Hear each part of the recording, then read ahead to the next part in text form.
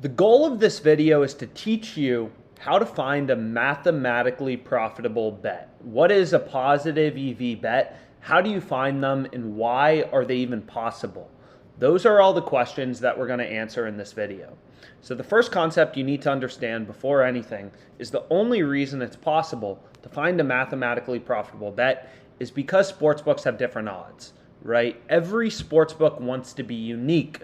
So the odds on FanDuel are not the same as the odds on DraftKings, which you can see for the Bucks-Celtics game tomorrow. The Bucks are plus 165 on DraftKings, betting 100 to win 165 in profit, but they're plus 166 on FanDuel, right? So sportsbooks have different odds, which is the only reason that it's possible to find positive EV mathematically profitable bets. As a note, this is something I fully believe if you understand these concepts, you will begin to make bigger profits sports betting. Every bet, this is my DraftKings account, I have ever hit has just been straight from the OddsJam positive EV page, unless it's a promo. And you can see right here, here's some parlay. We have two positive EV bets together, right? Doesn't matter what sports betting account we are looking at. This is something I use day in and day out to find all of my bets. So Diamondbacks tomorrow, tons of random things on DraftKings. All of these bets are straight from the OddsJam positive EV page. So again, the key to sports betting is realizing that you can make money. It's a form of gambling like poker. It's not like slots. You can actually make money sports betting. And the reason is because sportsbooks have different prices. If we look at the Orioles-Twins game tomorrow, the Orioles aren't good, but this is a baseball game. Anybody can win in baseball. So there should be some odds where you are willing to bet the Orioles and some price where you are willing to bet the Twins. Maybe you don't like the Orioles plus 140, but what about plus 200, right? Very clearly looking at the odds on all of these sports books, if you could get plus 200 on the Orioles, that seems pretty damn good, right? No book is even giving you above plus 140 right now. Similarly, if you could get minus 110, say, on the Twins, you'd be really happy with that bet. They're the better team, and most sports books have them at minus 150 about on the money line. Now, it sounds weird because this is a video about how you can make money sports betting, but it's important to cover how do sportsbooks make money, right? How do sportsbooks make money? It's not like you go to WinBet and they charge you a fee for placing a bet. It's not like I want to bet on the Angels and they say, okay, you owe us $5 for your bet. That's not how it works, right? The way that sportsbooks make money is by charging the vig, by charging the juice. So we'll go through what that exactly means. You can look at the Sixers versus Heat game. The Heat are pretty big favorites, and you can see most sportsbooks have roughly minus 110, minus 110 for both sides of the point spread. Right? Now, the important thing to understand is these bets are equal and opposite outcomes, right? Either the Heat are going to win by 8 or more points, and Heat minus 7.5 point spread is going to win, or the 76ers will cover the plus 7.5 point spread and they'll lose by up to 7, or they'll win the game, right? So how do sportsbooks make money by charging the vig? Because it's not like they charge you a fee every time you want to place a bet. So if you think about it, if we imagine, the last series when the Raptors were roughly plus, 6.5 underdogs and the 76ers were minus 6.5. Again, these are equal and opposite outcomes, minus 110 odds. You're betting $110 to win $100 of profit, right? Minus 110, you're betting 110 to win 100. So you can imagine if there's two people and one guy is betting on the Raptors plus 6.5, one guy's betting on the 76ers minus 6.5. One of these people is going to win. One of these people is going to lose, right? So if two people bet this, equal and opposite outcomes on DraftKings, DraftKings, the sports book, is going to collect $220 total, right? $110 from the person who bet the Raptors, $110 from the person who bet the 76ers. Now, regardless of what happens, one person's going to win, one person's going to lose, right? These are equal and opposite outcomes. Only one person can win and the other person has to lose. So the sportsbook's going to collect, $110 of profit from the person who loses, and then they're going to have to pay out $210, the $110 stake plus $100 profit to the winner, right? So the sportsbook collects $220 total, but no matter what happens, they're paying out $210, right? So the sportsbook makes $10 no matter what. That is the vig. That is the juice, right? It is sportsbooks taking a spread and hoping people bet on equal and opposite sides. So the sportsbook just makes that risk-free $10, right? So essentially for every $220 bet, DraftKings would make a risk-free $10 as long as people are betting on equal and opposite outcomes. So this is not a fair market, right? This is not a fair market. The sportsbooks have some inherent advantage because they have the vig, right? They're charging you a spread every time you place a bet.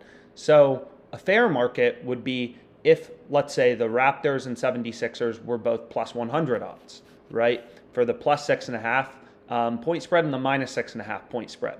So that means you'd be betting $110 to win $110 of profit, right? So in this case, the sportsbook would collect $220, one person wins, one person loses, and the sportsbook has to pay out $220 to the winner. So they'd make $0. So this would be a zero vig market, right? Or a zero vig sportsbook.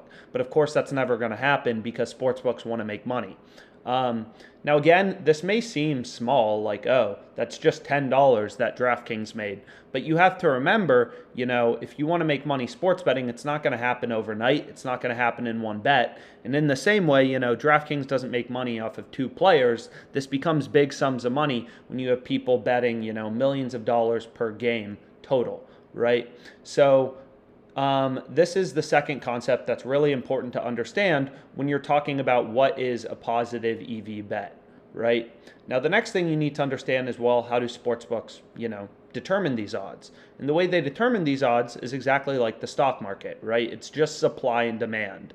If a ton of people start pounding Heat minus 7.5 on Caesars, they'll take this to -8, +8, right? If people are pounding the 76ers, plus 7.5, minus 115 on DraftKings, they'll end up moving the line to, you know, Heat -7, 76ers +7. Sportsbooks are constantly moving around odds. It's not a static market. As news comes out, as sports bettors place bets, as action comes in, sportsbooks continue to move around these odds because, again, they're not in the business of having a huge position on either the Heat or 76ers, you know, to cover the point spread. They're in the business of having people place bets on equal and opposite sides so that they can make their risk-free spread, right? That's how sportsbooks make money. They just want to balance wagers coming in on both sides so they can earn their risk-free spread, which is called the vig or the juice, or the hold of a market, and make their risk-free spread, right? So if action starts coming in on the Heat, the line will move to Heat -8. If action starts coming in on the 76ers,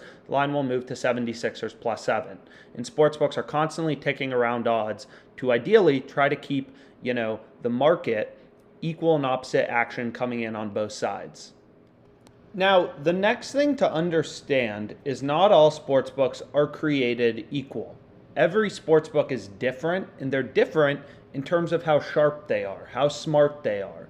So some sportsbooks take a lot of recreational bets. Other sportsbooks take a lot of sharp action. And this line right here, the OddsJam line, is the exact same thing as Pinnacle Sportsbook.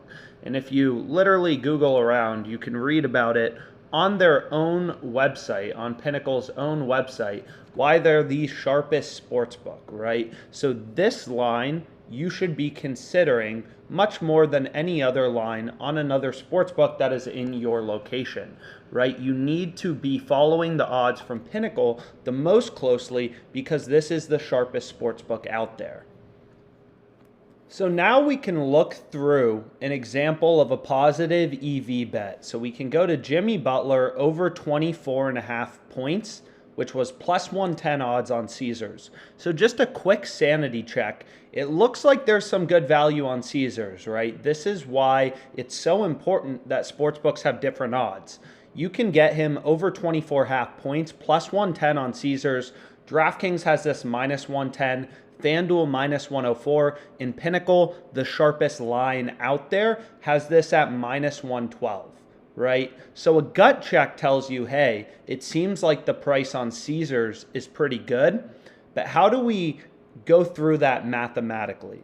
So we've explained that sportsbooks make money by charging a spread, charging the juice, right? So the goal of all these sportsbooks is get equal money coming in on the over and the under.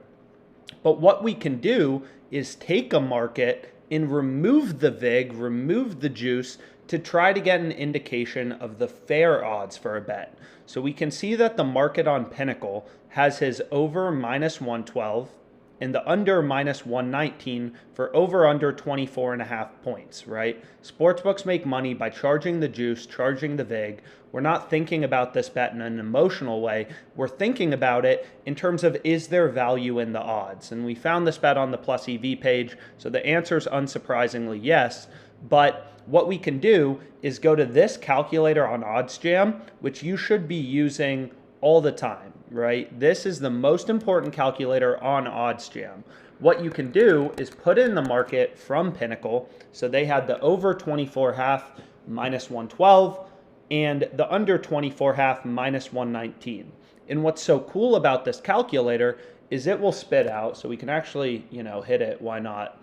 And we'll see if Caesars takes this bet. They have to review it. Is the way that sportsbooks make money is by charging the vig. So what this calculator does is it finds the midpoint of the sportsbooks market. It removes the juice, the vig, from the sportsbooks market. So it takes out the spread, which is how sportsbooks make money, to get you an indication of the fair odds from Pinnacle, the sharpest bookmaker, right? So you're always going to be putting in the odds from Pinnacle, which again was minus 112 on the over 24.5 and minus 119 on the under.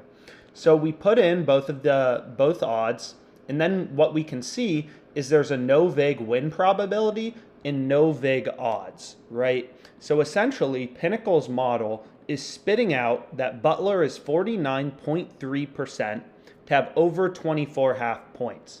That implies a zero vig, zero juice line of plus 102.85, right? This is the break-even odds. If you're betting on Butler over 24.5 at odds better than plus 102.85, that is a positive EV mathematically profitable bet.